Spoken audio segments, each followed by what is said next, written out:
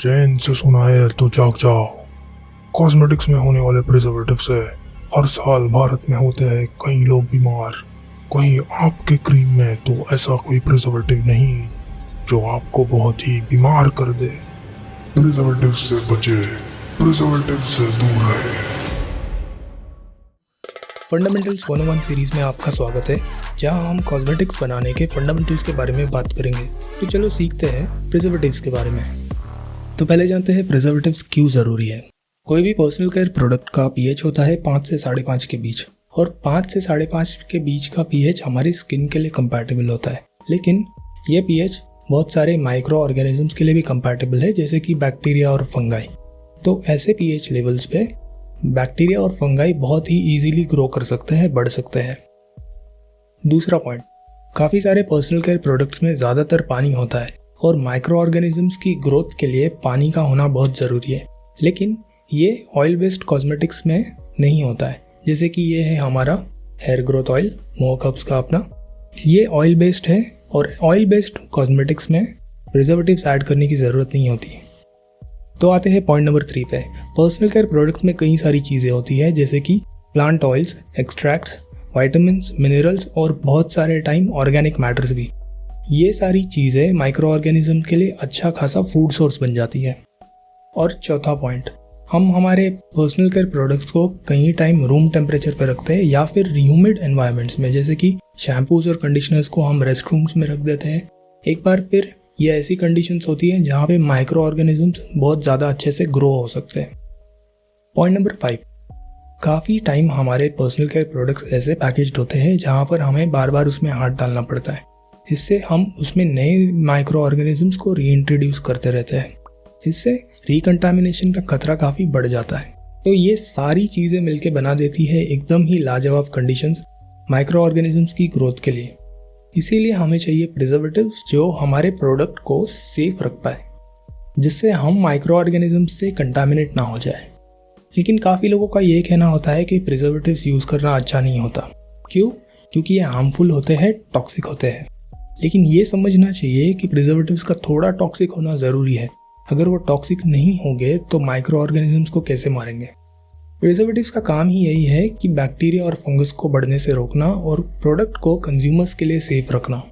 ऐसे बहुत से केसेस हुए हैं जहाँ पे प्रिजर्वेटिव्स ना यूज़ करने की वजह से कंज्यूमर्स को स्किन इरिटेशन, आई इन्फेक्शंस जैसी प्रॉब्लम्स का सामना करना पड़ा है। एक सेकंड के लिए इमेजिन करो कि आप हार्मफुल बैक्टीरियाज को अपने पूरे चेहरे पर लगा रहे हो क्योंकि आपके फेस क्रीम में कोई प्रिजर्वेटिव नहीं था।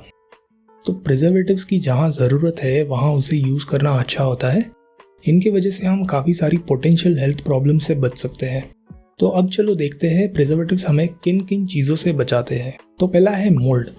रूम टेम्परेचर पे मोल्ड कॉस्मेटिक प्रोडक्ट में उसे जो भी मिले वो खा के मल्टीप्लाई करने लगेगा, मतलब कि कॉस्मेटिक प्रोडक्ट के अंदर जो भी चीज़ें रहेगी उसे खाकर वो बढ़ने लगेगा। तो सेकंड है बैक्टीरिया। वैसे डेली बेसिस पे जो बैक्टीरिया हमारे कांटेक्ट में आते हैं वो तो हार्मफुल नहीं होते, लेकिन कुछ बैक्टीरिया हमें हमारी स्किन को इरिटेट कर सकते हैं और आँखों को भी। और तो और ये इन्फेक्शंस भी फैला सकते हैं। और एक बात, बैक्टीरिया हर 20 मिनट में दुगने हो सकते हैं अगर उन्हें सही कंडीशंस मिल जाए तो।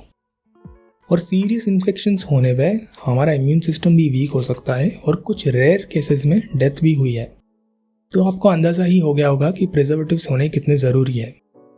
तो अगर आप आपके घर पे कोई DIY प्रोडक्ट्स बना रहे हो तो इन्हें यूज़ करने के लिए हम प्रिजर्वेटिव्स के कुछ नियमों का पालन करेंगे। और अगर आप प्रोडक्ट्स नहीं भी बना रहे हो तो भी इन चीज़ों के बारे में आपको सीख लेना चाहिए, क्योंकि आप जितना सीखोगे उतने ही बेटर डिसीजंस आप आपके स्किन और हेयर केयर के लिए ले पाओगे।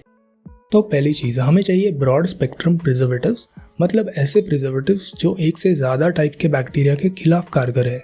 इसीलिए आजकल आप देखोगे मार्केट में जो प्रिजर्वेटिव्स अवेलेबल होते हैं वो ब्लेंड होते हैं अलग अलग केमिकल कंपाउंड्स के, जो अलग अलग बैक्टीरिया के खिलाफ अच्छे से काम करते हैं। एग्जाम्पल के लिए सोडियम बेंजोएट, जो बैक्टीरिया के खिलाफ तो काफ़ी अच्छा है लेकिन फंगस के खिलाफ इतना अच्छा नहीं। तो ऐसे टाइम पे सोडियम बेंजोएट को मिक्स किया जाता है ऐसे कंपाउंड के साथ में जो फंगस के खिलाफ भी कारगर हो। दूसरी बात, प्रिजर्वेटिव सही पीएच पे काम करने चाहिए। जैसे हमने वीडियो की स्टार्टिंग में बताया, नॉर्मली जो हम पर्सनल केयर प्रोडक्ट्स यूज़ करते हैं वो 5 से 5.5 के बीच के पीएच में होते हैं। तो हमारा प्रिजर्वेटिव भी वही pH रेंज में काम करना चाहिए। और तीसरा पॉइंट, क्या हमारा प्रिजर्वेटिव इतना शेल्फ लाइफ देगा जितने की हमें ज़रूरत है, या फिर ये 2 हफ्तों बाद ही काम करना बंद कर देगा। तो शेल्फ लाइफ के बारे में सोचना भी इम्पॉर्टेंट है। ऐसी और कई बातों का ख्याल रखना पड़ता है जब हम प्रिजर्वेटिव्स को सिलेक्ट और यूज़ करते हैं। तो अब देख लेते हैं 5 ऐसे प्रिजर्वेटिव्स जो कॉमनली इस्तेमाल किए जाते हैं। अब थोड़ा ध्यान देना पड़ेगा क्योंकि इनके नाम बहुत कॉम्प्लिकेटेड है, और बहुत ही कॉम्प्लिकेटेड लगे तो कोई टेंशन लेने की ज़रूरत नहीं, डिस्क्रिप्शन में सारे नोट्स आपको मिल जाएंगे। तो पहले है पैराबीन्स। ये आजकल काफ़ी कंट्रोवर्शियल टॉपिक है। तो इनमें आते हैं कुछ प्रिजर्वेटिव्स जो है जर्माबिन 2, मिथिल पैराबिन, प्रोपिल पैराबिन और ब्यूटिल पैराबिन। सबसे ज़्यादा वाइडली यूज्ड प्रिजर्वेटिव्स में से एक है पैराबीन्स, क्योंकि ये ब्रॉड स्पेक्ट्रम है और इफेक्टिव है फंगाई और ग्राम पॉजिटिव बैक्टीरिया के खिलाफ। पैराबीन्स बहुत ही कंट्रोवर्शियल टॉपिक बन चुका है, इसके बारे में फ्यूचर में एक दूसरा वीडियो बनाएंगे। तो पैराबीन्स के बाद आते हैं आइसोथाइसोलिनॉन्स, जैसे कि कैथन। ये ब्रॉड स्पेक्ट्रम कॉस्मेटिक है और सही सारे pH लेवल्स पे काम करता है। कुछ कंट्रीज में ये बैन हो चुका है या पार्शियली बैन है, क्योंकि ये एनवायरनमेंट के लिए थोड़ा सा टॉक्सिक कंसिडर किया जाता है। तो इनके बाद आते हैं फॉर्मल्डिहाइड रिलीजर्स। इनमें है जर्मल प्लस, DMDM हाइडेंटॉइन, आइमिडाजोलिडिनल और डाइजोलिडिनल। ये बैक्टीरिया के खिलाफ बहुत अच्छे से काम करते हैं, लेकिन इनकी फंगल एफिकेसी थोड़ी सी वीक होती है। तो फॉर्मल्डिहाइड रिलीजर्स के बाद में आते हैं फिनॉक्सीएथिनॉल्स। उसमें से आता है ऑप्टिफिन और ऑप्टिफिन प्लस। तो ऑप्टिफिन प्लस में फिनॉक्सीएथिनॉल को कंबाइन किया जाता है दूसरे प्रिजर्वेटिव्स के साथ में। ये थोड़े माइल्ड होते हैं ट्रेडिशनल प्रिजर्वेटिव्स के मुकाबले।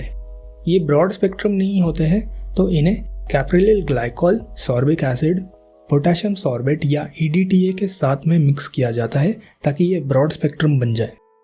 तो फिनॉक्सीएथिनॉल के बाद में आते हैं ऑर्गेनिक एसिड्स। इनमें से काफ़ी सारे शायद आपको पता भी होंगे, जैसे कि benzoic acid, sodium benzoate, ascorbic acid, potassium sorbate, levulinic acid और एनिसिक एसिड। ये फंगाई के लिए इफेक्टिव है, लेकिन बैक्टीरिया के लिए थोड़े वीक होते हैं। इन्हें क्वांटिटी में थोड़ा ज़्यादा ऐड करना पड़ता है, जिससे इनका कॉस्ट थोड़े से बढ़ जाते हैं। ये pH लेवल 2 से 6 के बीच में बहुत अच्छे से काम करते हैं। ऑर्गेनिक एसिड्स को नेचुरल एडिटिव्स भी कहा जाता है, क्योंकि ये नेचुरली भी अवेलेबल होते हैं, लेकिन आजकल इन्हें ज़्यादातर सिंथेटिकली ही बनाया जाता है कॉस्ट्स को कम रखने के लिए। तो अब देख लेते हैं कि प्रिजर्वेटिव्स का गलत इस्तेमाल करने से क्या क्या प्रॉब्लम्स हो सकती हैं। जैसे कि कुछ लोग जिनका स्किन बहुत ही ज़्यादा सेंसिटिव होता है, उन्हें प्रिजर्वेटिव्स की वजह से थोड़ा स्किन इरिटेशन हो सकता है, लेकिन ये बहुत ही रेयर केसेस में होता है। प्रिजर्वेटिव्स एक्सेसिव ऐड करने की वजह से स्किन का इरिटेशन होना तो पॉसिबल है, लेकिन स्किन सेंसिटाइजेशन होना भी पॉसिबल है, यानी कि स्किन का ज़्यादा रिएक्टिव और एलर्जिक होना। तो अब आ जाते हैं थर्ड पॉइंट पे। एक्सेसिव प्रिजर्वेटिव्स ऐड करने की वजह से प्रिजर्वेटिव का स्मेल चेंज हो सकता है, उसके कॉस्मेटिकल एफिकेसी भी चेंज हो सकती है। मतलब कि प्रिजर्वेटिव जितना इफेक्टिव हो सकता था वो उतना इफेक्टिव ना हो पाए, और ज़्यादा प्रिजर्वेटिव्स ऐड करने की वजह से प्रोडक्ट्स इनस्टेबल भी हो सकते हैं, उनकी विस्कोसिटी चेंज हो सकती है और फेस सेपरेशन भी हो सकता है, और तो और दूसरी कैरेक्टरिस्टिक्स भी चेंज हो सकती है। इसके अलावा एक्सेसिव प्रिजर्वेटिव्स ऐड करने की वजह से एनवायरनमेंट पे भी इम्पैक्ट हो सकता है, और कई बार ये हमारी गवर्नमेंट की जो गाइडलाइंस होती है उनके खिलाफ भी जा सकता है। लेकिन एक बात समझना ज़रूरी है कि प्रिजर्वेटिव्स न ऐड करने से अच्छा होता है प्रिजर्वेटिव्स ऐड करना, क्योंकि इससे आप बहुत सारे पोटेंशियल हेल्थ इश्यूज से बच सकते हो। क्योंकि इन्फेक्शंस और सीरियस हेल्थ इश्यूज होने से अच्छा है कि आप जो प्रोडक्ट यूज़ कर रहे हो वो सेफ रहे। इसीलिए गवर्नमेंट की भी मैंडेटरी गाइडलाइंस होती है कि आप अगर कोई प्रोडक्ट बना रहे हो तो उसमें सही प्रिजर्वेटिव यूज़ करो, ताकि कंज्यूमर को कोई नुकसान ना पहुँचे। तो मैं आशा करता हूँ प्रिजर्वेटिव्स के बारे में आपको कुछ सीखने मिला होगा, और आपके कोई कमेंट्स या क्वेरीज है तो आप कमेंट सेक्शन में ज़रूर बताइए। और आपको इन प्रिजर्वेटिव्स के बारे में इन डेप्थ सीखना है तो मैंने एक PDF भी बना के रखी है जो आप नीचे डाउनलोड कर सकते हो। यहाँ तक वीडियो देखने के लिए धन्यवाद। मिलते हैं अगली वीडियो में। फॉर्मल्डिहाइड रिलीजर्स के बाद में आता है फिनॉक्सीएथिनॉल। फिनॉक्सीएथिनॉल इमेजिन करो। Nice nice nice.